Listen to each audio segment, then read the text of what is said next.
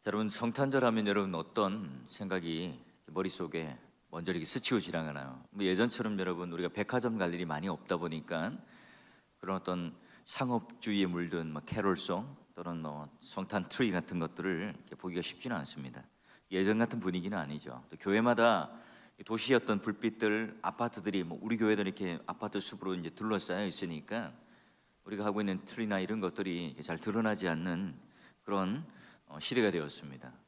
그래도 선물을 주고받고 하는 그런 어떤 박싱데이 또는 어떤 기대감들, 사실 이제 어떤 유흥가나 또는 여관 또는 이런 어떤 업소들이 이렇게 장사진을 이룬다고 그래요. 제가 사는 아파트도 어제 보니까 아이들에게 놀이터에서 이렇게 선물을 나눠주는 것을 봤는데요. 어쨌거나 이제 성탄은 그럼에도 불구하고 1년 중에 가장 설레고 흥분되는 날이기도 합니다. 이 필리핀 같은 경우는 여름 때부터 성탄을 위해 준비를 하고 또 성탄에 돈을 쓰기 위해서 이렇게 벌고 또 일을 한다고 그래요. 그만큼 그들에게서 로마 가톨릭의 그 문화와 또 축제가 성탄의 가장 중심되는 그들의 날이라고 여기고 또 그 축제를 즐기며 살아가죠.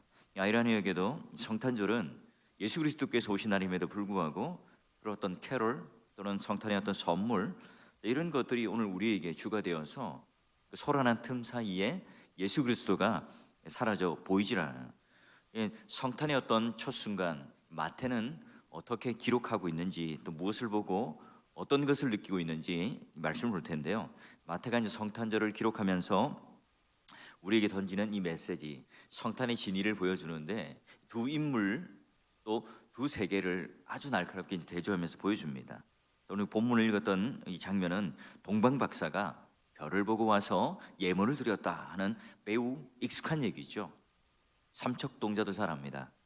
이 이야기 속에 그럼 마태는 어떤 메시지를 우리에게 주고 있는지 그 익숙한 메시지를 한번 열어서 살펴볼 건데요. 자, 먼저 1절을 보게 되면 예수님은 헤롯 대왕이라고 하는 시대 그때 태어나셨어요. 여러분 헤롯 대왕 하면 부정적인 어떤 그림이 우리 안에 쏙 들어오죠. 로마의 압제를 받던 시대 헤롯은 어떤 인물이에요? 본인이 분봉왕이라고 하는 그 직분, 그곳 지역의 유대를 다스리는 왕이 되기 위해서 로마에 아첨을 하면서 많은 뇌물을 갖다 바치고 그 뇌물을 갖다 바치기 위해서는 백성들의 그 주머니에서 세금으로 또는 많은 돈을 이렇게 쥐어짜내어서 그 돈으로 이제 로마에 돈을 주고 아부를 하고 그가 왕이 됩니다. 유대인 왕이라는 칭호를 얻죠. 헤롯은 그러기에 어떻게 그가 왕이 되기 위해서 어떤 대가를 치렀는지 그 시대 사람들은 너무나 잘 압니다. 흥미롭게도 이제 1절에 이 헤롯과 대비되는 인물이 누구냐? 바로 동방의 박사들이죠. 동쪽에서 왔다. 성경에서 동쪽이라고 하는 것은 이제 이방인들을 지칭하는 문학적 표현입니다. 그러면 사회적인 어떤 통념상 그때 박사들이란 누굴까? 당시 여러분 히브리어를 이제 더 이상 쓰지 않죠. 계속해서 나라를 빼앗기고 다른 나라의 압제를 당하는 그런 유대의 환경 속에 그 시대는 이제 아람어를 쓰던 시대예요. 아람어는요 페르시아 방언이거든요. 유대인은 예수님께서 오시기 전에 바벨론의 침공을 받았고 그리고 페르시아가 바벨론에 무찌르면서 이 팔레스타인은 예수님 시대까지는 이제 페르시아 영향을 받습니다. 페르시아도 이제 망하게 되고요. 그 이후에 이제 파르티아라고 하는 또 다른 나라가 떠올라서 그 나라의 지배를 받게 되는 그런 시절입니다. 페르시아 점성술은 바벨론의 천문학을 그대로 수용했던 박사들이라고 하는 이 표현 자체가 바로 그런 천문학을 연구했던 사람들이죠.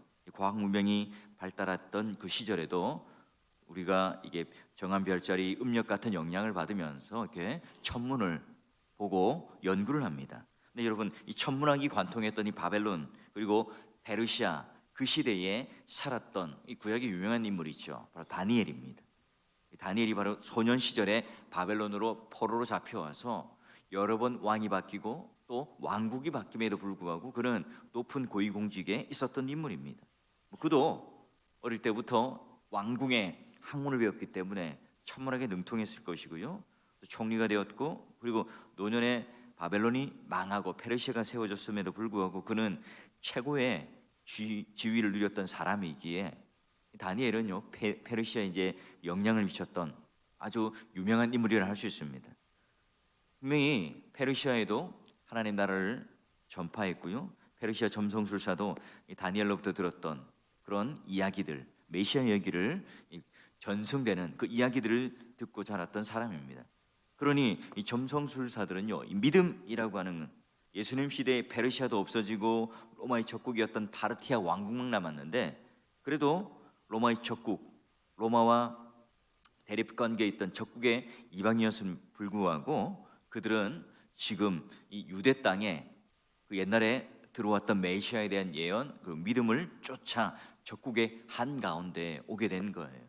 헤롯이라고 하는 인물, 동방박사라고 하는 이 인물을 대비시키면서 마치 어둠과 빛을, 또는 헤롯은 자기의 야욕을 가지고 자기의 욕망과 자기 이익을 채우기 위해서 부단히 노력하는 사람이라고 그러면 뭐 살인도 서슴지 않고 또 잘못된 이 권력을 휘두르는 것에 대해서 정당성을 부여하지만, 동방 박사는 이방인으로 자기의 목숨까지 내놓고 아주 신락 같은 하나의 믿음과 메시아 예언을 붙들고 지금 이 유대 땅까지 오게 됩니다. 자, 이제 2절을 보게 되면 동방 박사가 예루살렘에 와서 이렇게 말을 하죠. 유대인의 왕으로 나신 이가 어디 있습니까?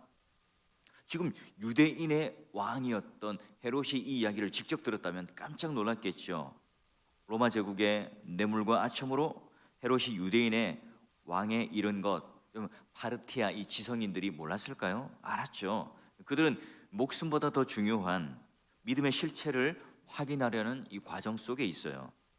자, 그러기에 바로 하늘을 관찰했던 천문학자들, 그리고 지금 그 별을 보고 또 이 과학적인 계산을 통해서 날짜를 계산하여 지금 그들이 이제 대대로 들어왔던 그 메시아, 그 믿음의 이야기들을 확인하기 위해서 그 작은 가능성의 인생을 걸고 지금 여기까지 온 겁니다.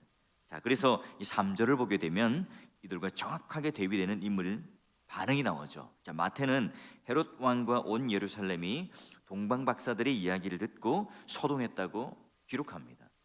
이방인의 동방 박사들이 와서 진짜 유대인 왕이 누구냐라고 찾고 다니니까 소란이 일어날 수밖에 없겠죠. 이 4절에 이제 헤롯을 보십시오. 대제사장과 서기관들을 모읍니다. 자기가 지금 그 지위가 흔들린다는 이 사실, 어렴풋이 자기도 알고 있는 성경의 이야기, 진짜 유대인의 왕이 이 즈음에 나타난다는 이야기, 유대인들의 어떤 고관 대작이나 그 당시 때 지도자들이나 성경을 가르치는 사람들을 통해서 얼핏 들었겠죠. 자, 그래서 바로 그 서기관들과 율법사를 모아서 지금 동방 박사 이야기가 맞는지를 검증해요.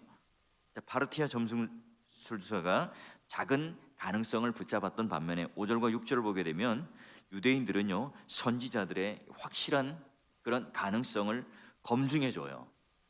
유대인들도 그 이야기를 검증해 주고요, 헤롯 대왕도, 헤롯 왕도 지금 그 이야기를 듣습니다. 그런데 이 이방인들, 동방 박사들은 그 작은 믿음의 실체를 붙들고 목숨을 걸고 적국의 한가운데 옵니다. 그런데 반면 헤롯 왕과 또 그 유대인의 지식을 통해서, 성경 지식을 통해서 분명히 알고 또 확인까지 해주는 유대인들은 어때요? 그 실체를 붙잡지 않습니다. 움직이지 않죠. 작은 가능성을 눈으로 확인하기 위해서 왔던 파르티아 지성인들, 그들은 어떤 반응을 보입니까? 10절을 보면 매우 크게 기뻐하고 기뻐하더라. 그들은 환희와 기쁨을 누려요. 11절에 그래서 그들의 행동은 뭐죠? 예물을 바쳤더라. 황금과 유향과 모략. 그 당시 이제 로마가 이렇게 무역업을 이루는 그때 그들의 예물은요, 말하자면 그 인생을 책임지는 모든 그런 우리가 일평생 살아가면서 만지기 힘든 그런 전 재산의 의미를 가지는 이 예물을 그 아기 예수님께, 진짜 유대인의 왕께 드렸던 거예요. 이 아낌없이 바칠 수 있었던 이유가 뭘까요? 그만큼 이 세상의 어떤 가치보다도 더 귀한 존재라는 사실을 알기에 지금 내가 가지고 있는 이 재물, 내 생명을 걸고 지금 적국의 한가운데 들어와서 경배를 드리고 있고, 그만큼 값진 고백을 하는 거죠.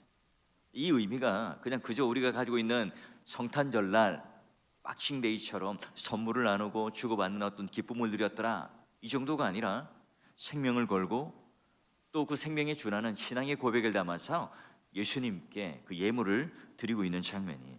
반면 이제 대조되는 유대인들의 지성인들은 어떻습니까? 그들은 구약 성경을 붙잡았고 누구보다도 하나님 말씀을 잘 알고 수많은 선지자들에 의해서 예언을 하고 그 예언이 마치 언약의 바통처럼 이어져 와서 그들은 누구보다도 그 메시아에 대한 분명한 지식과 또한 말씀에 대해서 잘 아는 사람입니다. 그래서 예수님께서 베들레헴에서 태어난다는 이 구약의 말씀을 확인했고 또 그것을 전해 주었습니다.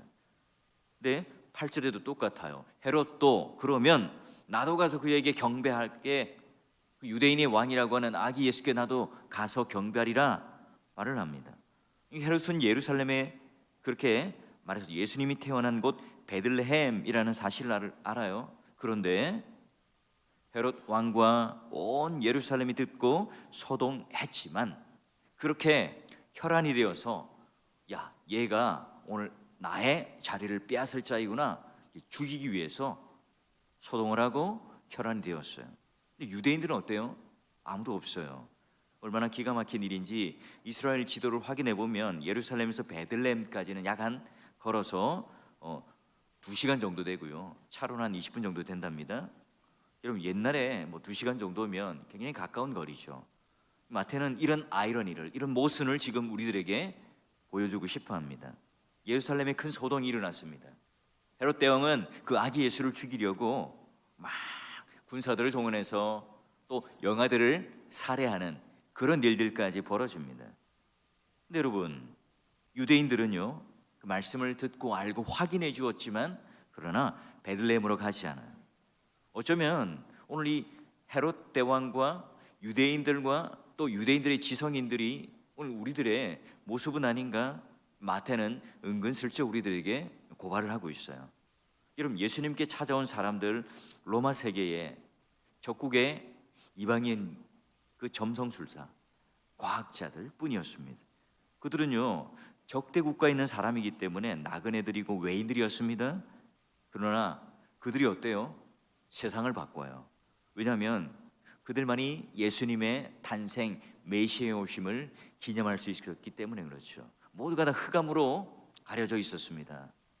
메시아가 태어났지만 아는 사람이 없었습니다. 그것을 적국에 있던 과학자들이 그 믿음의 실체를 가지고 전수해 내려왔던 그 하나님 나라의 이야기와 메시아 이야기를 붙들은 자들이 생명을 무릅쓰고 그 귀한 예물을 가지고 아기 예수께 경배함으로 말미암아 마태복음은요 열리게 됩니다. 그 족보로부터 역사로부터 증거해왔던 그 진짜 메시아 성탄절의 주인공이었던 그가 바로 이제 이 순간 마치 보배합이 열리듯 열리게 하는 사건이 바로 동방박사의 방문인 거죠. 믿음의 동역자 여러분, 오늘 우리는 어떻습니까? 성탄절날 그런 대비되는 인물 속에 어떤 존재로 서 있을까요? 유대인들 또는 헤롯 왕과 같이 똑같이 메시아를 보지만 흑암에 갇혀 있어. 지식은 압니다. 성탄절 예수님께서 이 땅에 나신 날이죠. 또 무언가 기쁘고 설레고 흥분이 됩니다. 그러나 좀 더 뚫고 들어가서 동방박사처럼 그분이 과연 누구인지 그 예수 그리스도에 대한 실체와 그 작은 믿음의 가능성을 가지고도 생명을 걸고 진짜 메시아가 누구인지를 그 시대에 열고 충격을 던져주었던 인물처럼 우리는 그런 예수 그리스도를 경배하고 또 그분이 누구이신지를 분명히 드러내는 그런 성탄을 또는 그런 성탄에 대한 감사를 드리며 살아가고 있는지요. 산업혁명 시기에 영국 교회는요 자신들의 배를 불리고 부자들은 사회적인 약자들을 착취의 대상으로 삼았습니다. 심지어 어린 아이까지 청소년까지 주일, 일요일, 공휴일 할 것 없이 그 산업혁명 속에 그들을 다 노동자로 넣어서 착취를 했죠. 그런 19세기 영국의 사회상이었습니다. 그때 여러분 그리스도의 정신을 마음에 새기던 이름 없는 작가였죠. 찰스 디킨스가 쓴 여러분 우리로 이제 알면 스크루지 영감, 구두쇠 스크루지 영감이라고 하는 그런 잘 알려진 크리스마스 캐롤이라는 책이 있잖아요. 크리스마스에는 그리스도가 중심이 되고 그리스도의 정신이 드러나야 한다. 이 마음으로 이제 소설을 썼어요. 크리스마스 캐롤이라고 하는 책 안에는 예수님은 장애를 가진 사람도 가난한 사람도 모두가 똑같이 사랑하십니다. 그런 날이 바로 크리스마스 날입니다 하는 대목이 나와요. 여러분, 찰스 디킨스가 이 소설을 쓰면서 가난한 고아들, 연약한 아이들에게 이 책을 크리스마스 선물로 주려고 하는 마음으로 썼던 거예요. 이 무명의 한 작가를 통해서 성탄절날 공휴일이 되고 또 선물을 서로 나눌 수 있는, 주고받는 일이 생긴 겁니다. 그리스도의 정신을 나누자, 크리스마스의 정신이 과연 뭘까라고 하는 그런 이 사회상을 바라보며 썼던 무명의 한 작가가 이제 성탄절이 되면서 그때부터 고아원이나 불우한 이웃들이나 또 기부하는 문화가 생겼던 거죠.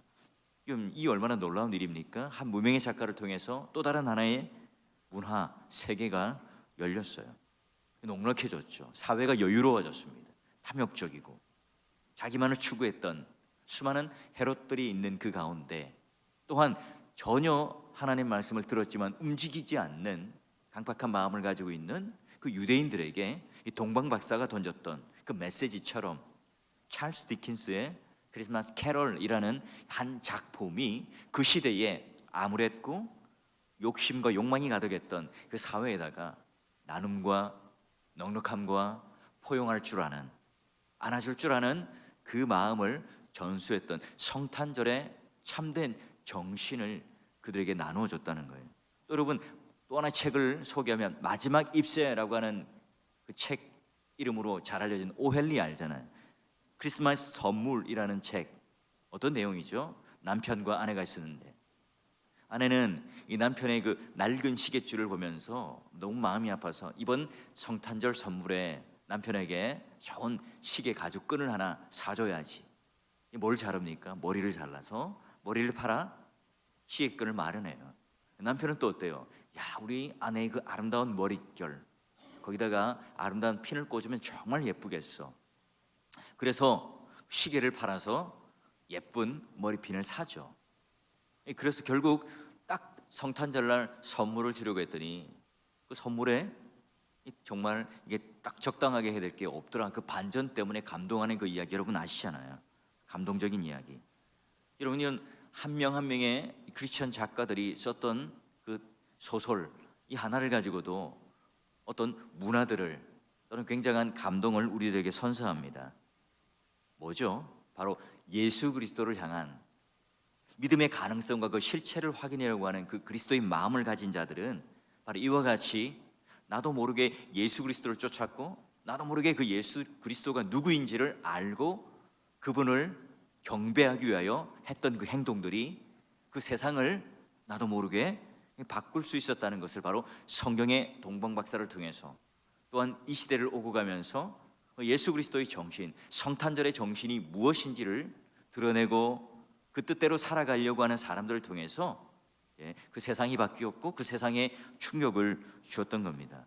믿음의 동역자 여러분, 오늘 우리가 하나님 앞에 성탄에 감사 예배를 드리고 성탄절날 드리는 이 헌금들, 이와 같이 하나님께서 우리에게 허락하여 주신 연약한 자들을 위해서 귀한 선물로 오늘 우리에게 드려지는 넉넉한 하나님에 대한 신앙의 고백, 이 동방박사가 세 가지 예물을 가장 소중한 그 시대에 가장 가치 있었던 것을 드림으로 말미암아 예수 그리스도가 어떤 누구보다도 오늘 우리에게서 가장 중요한 그 인생의 주인이고 메시아임을 고백했던 것처럼 여러분, 오늘 하루도 그런 성탄에 대한 참된 정신, 크리스마스에 대한 참된 그 의미를 되새기면서 동방박사가 했던 그런 죽음을 무릅쓰고 그 전 인생을 거는 가장 가치 있는 그 예물을 예수님께 바침으로 말미암아 세상에 충격을 주고 유대 사회에 이 잘못된 그 암흑의 커튼을 걷어젖히고 예수 그리스도가 누구인지를 소개했던, 지시했던 주인공이 되었던 것처럼 오늘 여러분 소란한 인생 가운데 그리고 수많은 화려함 속에 갇혀서 예수 그리스도가 보이지 않는 이 세상 속에 사월교회가 또 여러분의 각자의 삶이 이런 예수 그리스도께서 누구이신지를 그분을 경배하며 그분께 예물을 드리며 그분께 우리의 신앙의 고백을 드림으로 말미암아 이와 같이 세상을 향하여 예수 그리스도의 참빛을 드러내는 믿음의 주인공 되셔서 오늘도 성탄을 보내며 또한 그 예배를 드리며 또 하나님 앞에 귀한 예물과 고백과 감사의 나눔을 할 때 연약한 이웃들도 잘 돌보시고, 또 그런 떡도 함께 이웃들과 나눠 드시고, 또 여유롭고 또 포용하는, 또 안아줄 수 있는 그 넉넉한 마음을 통해서 예수 그리스도의 정신이 더욱더 드러나는 성탄절 되시고, 그 크리스마스의 정신이 오늘 믿음의 선배들, 수많은 오늘 예수 그리스도를 믿는 사람, 그 예수 그리스도가 누구인지를 드러내는 그 삶을 통해서 여러분 오늘 하루 그런 기쁘고 즐겁고 감사하는 그런 귀한 날 되시기를 주의 이름으로 축원합니다.